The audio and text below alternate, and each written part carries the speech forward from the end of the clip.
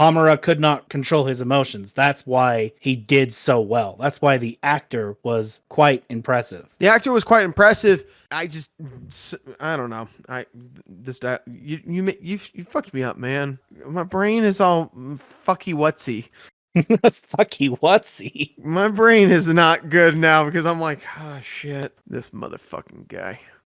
This fucking guy and his fucking logic. That's why I'm dropping it to a 0.5. 1, 2, 3, 4.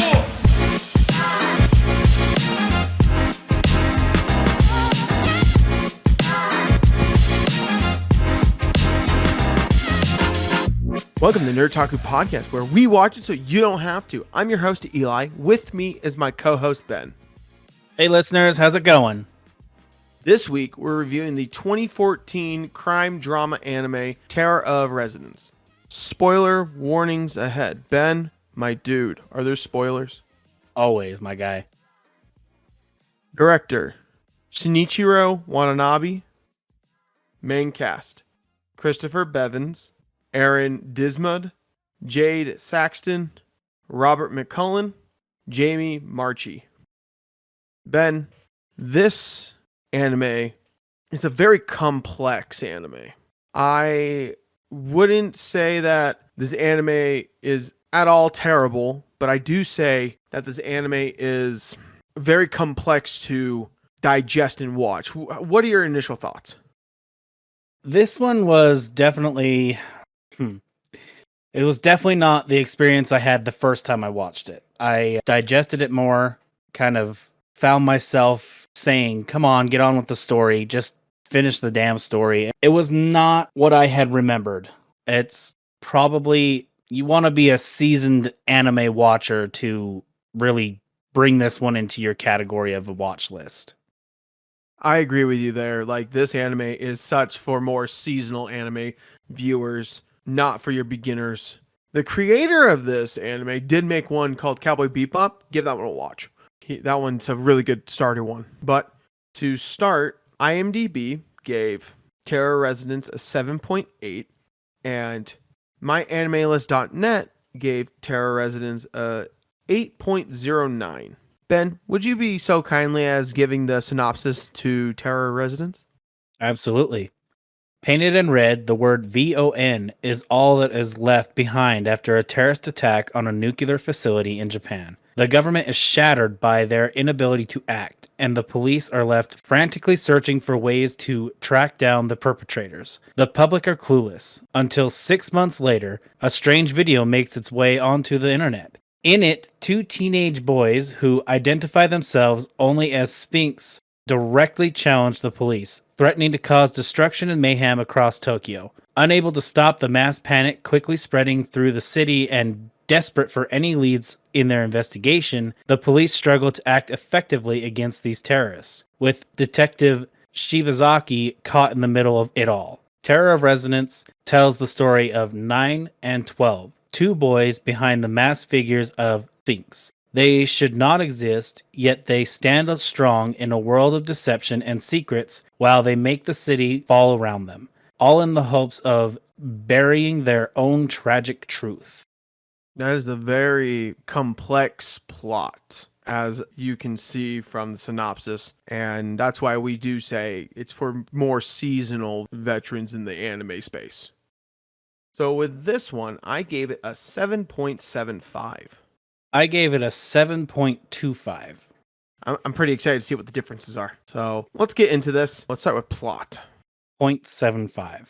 I gave it a 0.75. Why couldn't this story get a 1? The plot in and of itself just had a weird hole in it. These two boys want to show the world how they felt in this facility. They want to expose this facility, but in a way to do it, they decide to challenge the police, setting off bombs in multiple different places of where certain people headed. They were the heads of those certain departments. They all had a thing to do with this certain project. With how smart they are and the ability to hack into anything, why not just hack into the system, get files on these corrupt agents and everything that they had to do with the project, and expose the project to the public instead of all these elaborate, strange attacks throughout Tokyo. They didn't accomplish anything. They made the world go dark by setting off the nuke that Japan had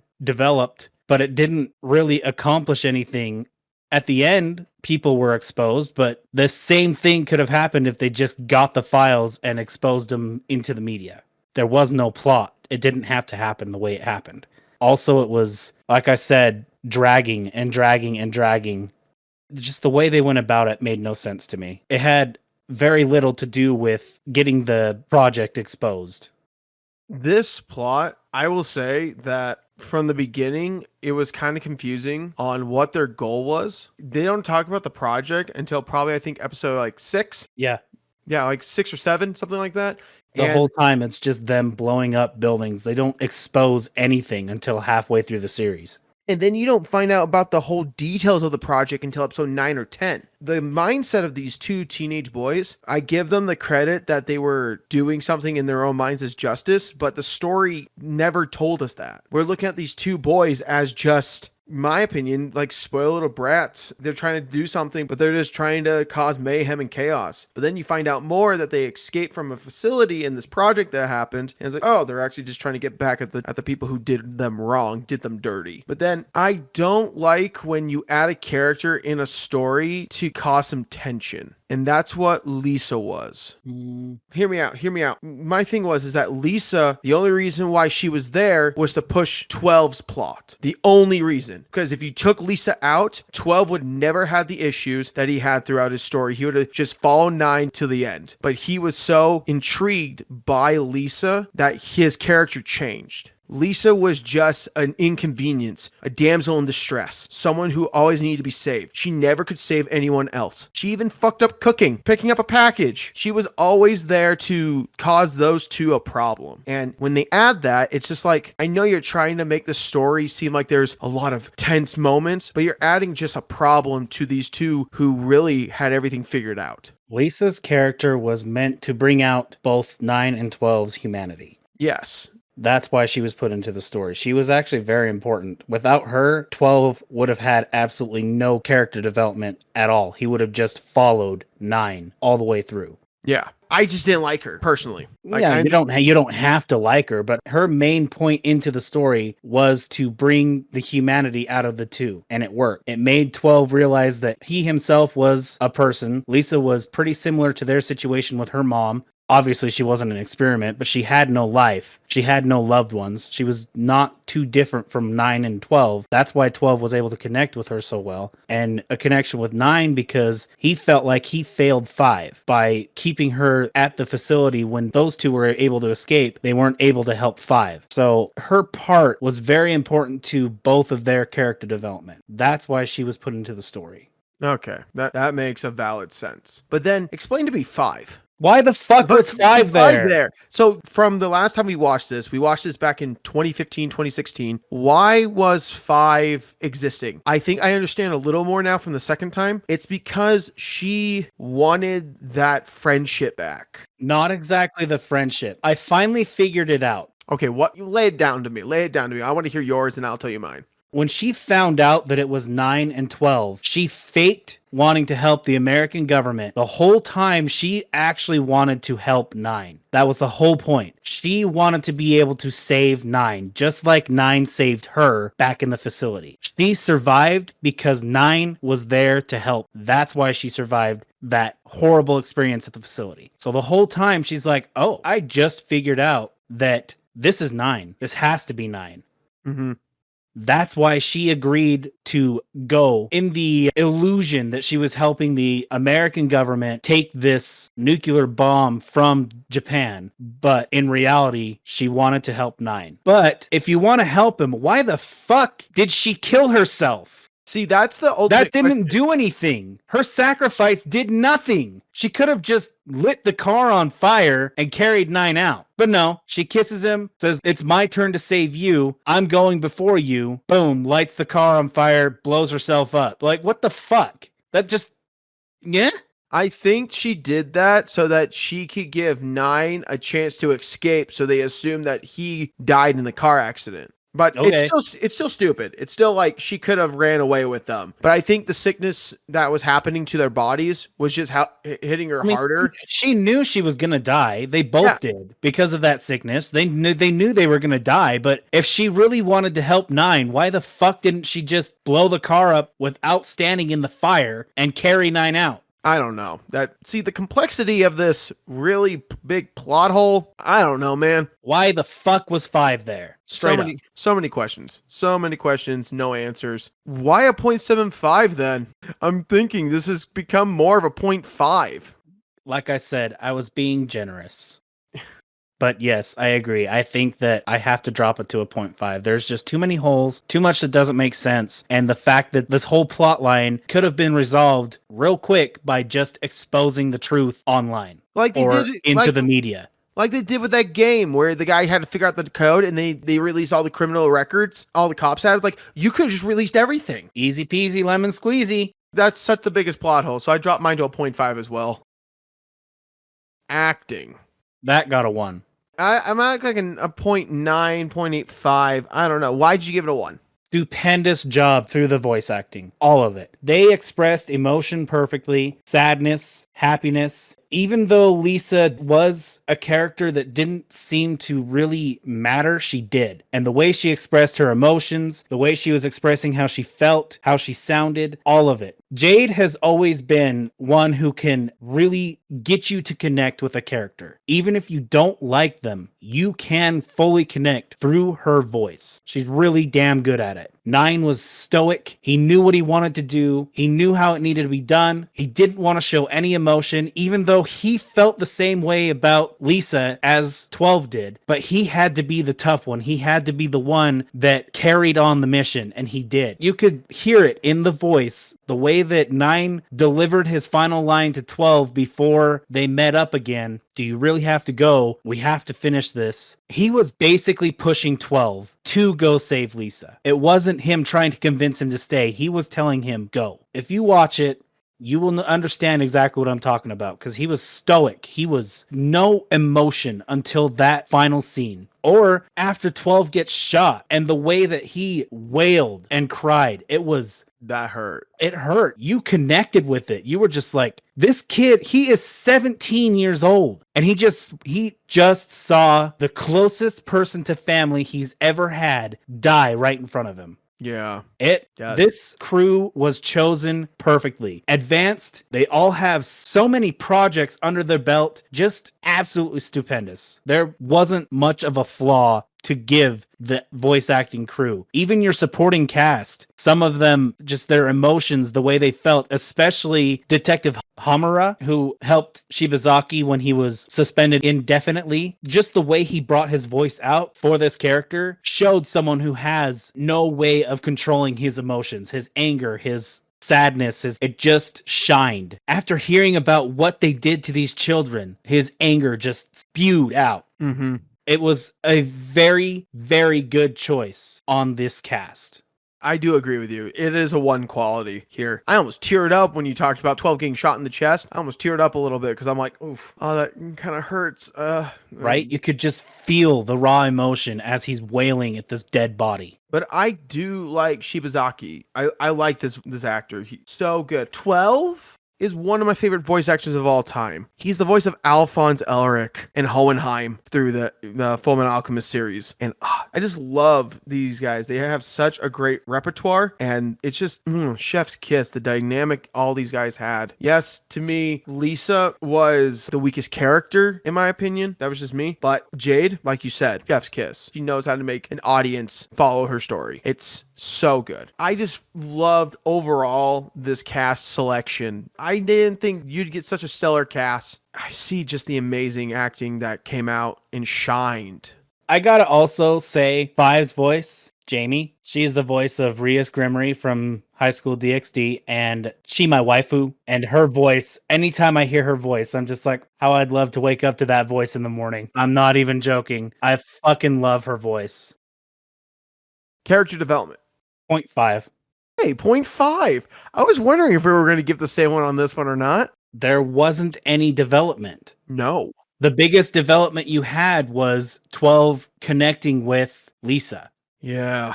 Being his own person, not following everything that people have told him that he has to follow, not fully following Nine when he went to go save Lisa. He broke off of Nine for that brief moment. That was literally the only development there was, because Nine had a job he wanted to complete and just kept going until it was complete. Even a 0.5 is being very generous. There just wasn't any development throughout, except for 12. Lisa definitely didn't develop. She felt hurt by her mother, bullied at school, got picked up by these two individuals. She decided she wanted to leave because she felt like she was holding them back, got kidnapped, got a bomb strapped to her. She couldn't do anything, you're right, except for humanize 9 and 12. What bothers me about 12's development is that with Lisa humanizing him, I see that as it's a very weak way of doing development. The plot makes it work because Lisa needs to humanize him to make sure that he's still someone who is loving and caring to a certain degree.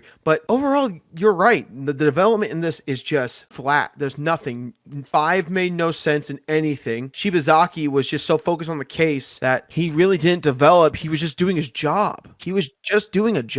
And then 9, the only development I could see from 9 was that at the end, when he told everyone to remember us or something, try to tell everyone what we did, but it was really nothing. 9 was just so focused on his anger that the regression just showed, but he's still like flatlined. 9's only development was when they had finally completed their mission, the bomb had gone off, and a year later they're hanging out at the school, and he is finally connecting with Lisa, showing her music, playing outside, because he's like, my mission is complete, now I can finally connect with these two, but it was too late.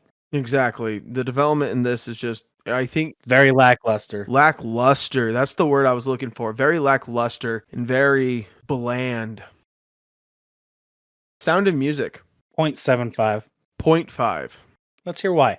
I hated the opening. Hated the closing. It was just like, why? Why are we doing this? I know the composer's done so many other animes and other shows, and he's done a lot of work. But the problem is that I'm not going to be sitting here watching an anime and like waiting for this opening to go through. It's skippable. It's just depressing. I was hoping for such a good opening from the creator Cowboy Bebop with that bop of an anime opening. That's one of the best anime openings of all time. And you do a project like this and you give me that opening? Seriously, it's like a third grader putting it together. I understand the artistic value of it, but I could not get behind it at all. And the ending was flat. It was not good. It was just nothing attracting about it. I thought the sound effects for the car crashing and the gun shooting and the explosions were really cool. I really did like that. But for an anime where their runtime is 24 minutes and 4 of your minutes is your opening and ending, you got to get better. I'm disappointed.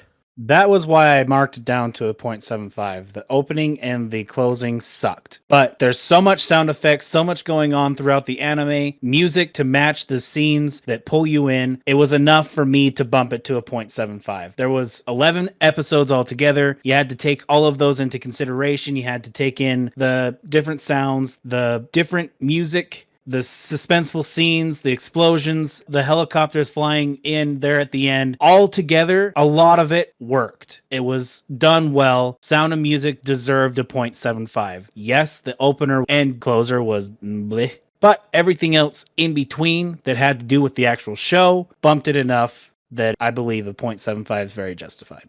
Yeah, that opening that was abysmal to me.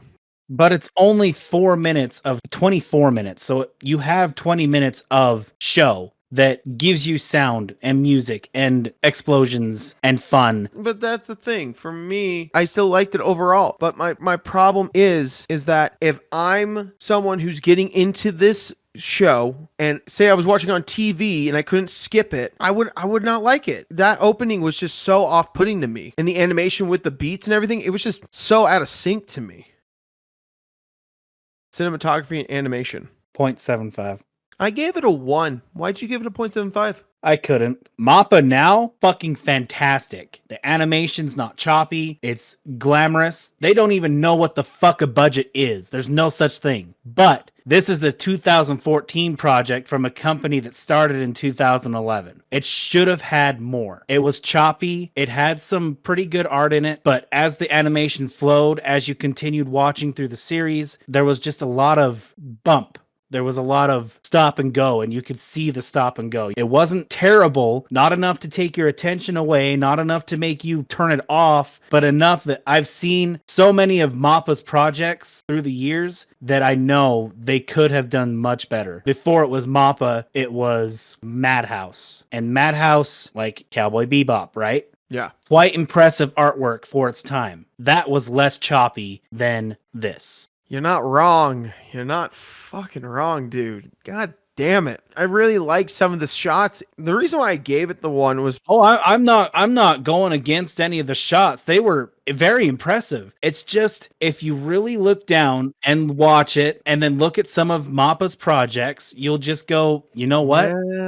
They definitely could have done better, especially being 3 years into a company. You're not wrong, okay? Damn it, Ben. I overall liked it for the cinematography. That's really where it stood out and shined. I agree with you. It's choppy. Cowboy Bebop looked better. And that was 15, 16 years before that. Absolutely. So I agree with you. I'm going to drop it down to the 0.75 because of the animation, but the cinematography, I love the shots that they did where like 12 was riding on the bike and the rain was hitting him. Fucking rain. Yeah. Dude, rain? Mappa with rain? I don't know what they do, but it's good. Always good. That's why I'm so confused. Their cinematography was outstanding. The art on the rain, the movement is what stuck out to me. It was like going through a flip book. I was like, why? What happened? I know. And now I sit here and it's like when 5 shot the gas and blew up the car, it looks so choppy. I was like, right? Why? And then the one thing I find Mappa to be doing so well as a company is close-up cuts. They do so well on their close-up cuts. So like one scene that I can describe is they did the scene in the Ferris wheel with 12 and Lisa. The cuts to him going the super close, trying to get all the C4 uncut and everything in the time frame. You saw the clock a little bit. They know how to do close-up shots. They're so good at tight-knit cuts and shots. Mappa is so good at the cinematography. This project, like you said, we wish it was just a step better in the animation, but your shot selection in this series is just so clean. Absolutely. Directing. 0.75. I gave it a 0.75.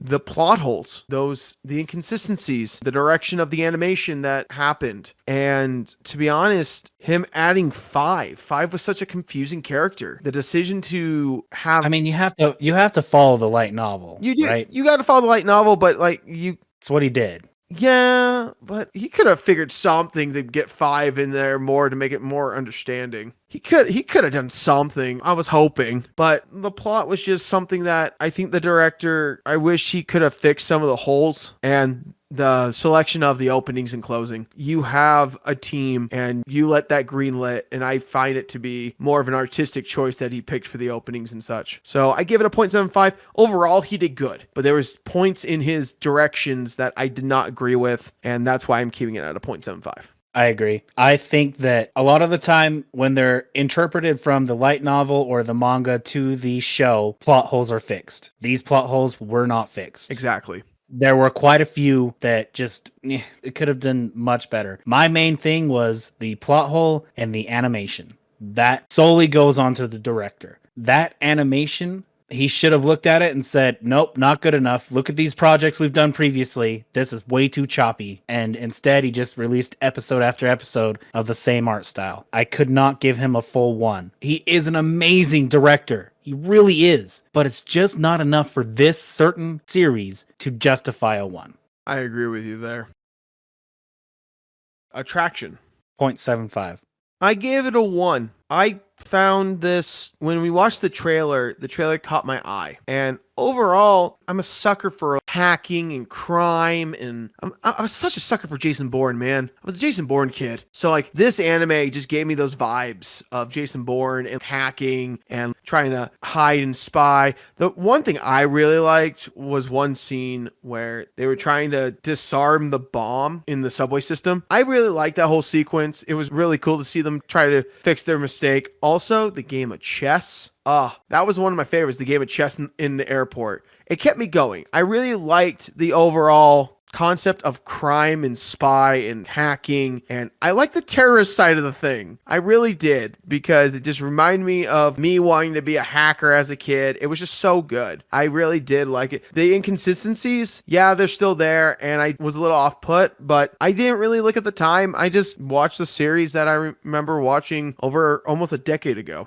Mine came down to the plot, character development, and animation. It was enough that it took me away from the story. I had to think about it and be like, wait a minute, this could have happened instead of doing this, along with development. Well, where the hell is the development? And again, animation. It was just too choppy. It was enough that I looked at the screen and I'm like, that just doesn't work. What's going on, Mappa? I've seen your projects. What happened? There was just enough in combination with a few things that it was enough to pull my attention away from what I was focusing on and had kind of mixed feelings about this. It was still really good. It was a strong story. It's just the few things that pulled my attention away. To get a 1, I feel like I have to not take my eyes from the screen and just focus and be completely captivated in this story, and just with those few little things I wasn't, so I couldn't give it a 1. And that makes sense. That's valid. Dialogue. 0.5. Ooh, I give it a 0.75. I think I was just being a little generous. Why a 0.5? There was nothing really in this series that popped as far as quotes. There was nothing that really made me connect with characters through their dialogue. It was the way their voices delivered the line that really made you focus on this story, really connect with characters. But what they were talking about, there was just nothing that said, hey, look at me, this is a great line, I'm popping. It wasn't there. It was just put in to move the story. The only thing that made it work was the way the lines were delivered through the voice acting. Fuck, man. Fuck. Overall, I thought it was great. The story was good. The dialogue, like you said, there's nothing memorable. I don't remember the lines, but I remember the moments. Exactly. When 12 got shot, you saw 9, and 9 was talking to Shibazaki about how he wants to be remembered or something like that, and don't forget us, and he dropped dead. It was like, wow, he was still a kid. Just thinking about that moment, this guy is still a kid who never had a parent, never had really anything, and he's still trying to learn to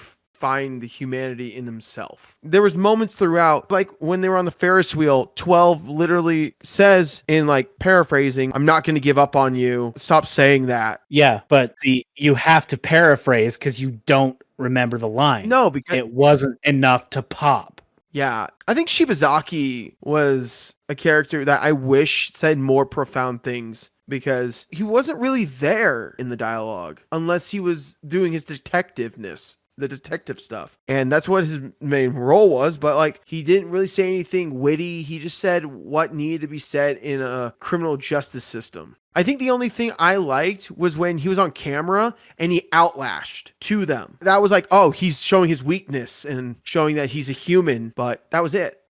Hamura, the lines he was delivering when they were doing the interview with the one guy running the facility and the project, it was like, you could feel it, but it felt unnecessary sometimes because he would just outlash because he was just so angry. Shibazaki's like, shut up, kid. I'm trying to talk. That's what I was saying. When it came to his acting, you could feel that he was someone who could not control his emotions because he couldn't. Yeah. Throughout the whole series, Hamura could not control his emotions. That's why he did so well. That's why the actor was quite impressive. The actor was quite impressive. I don't know.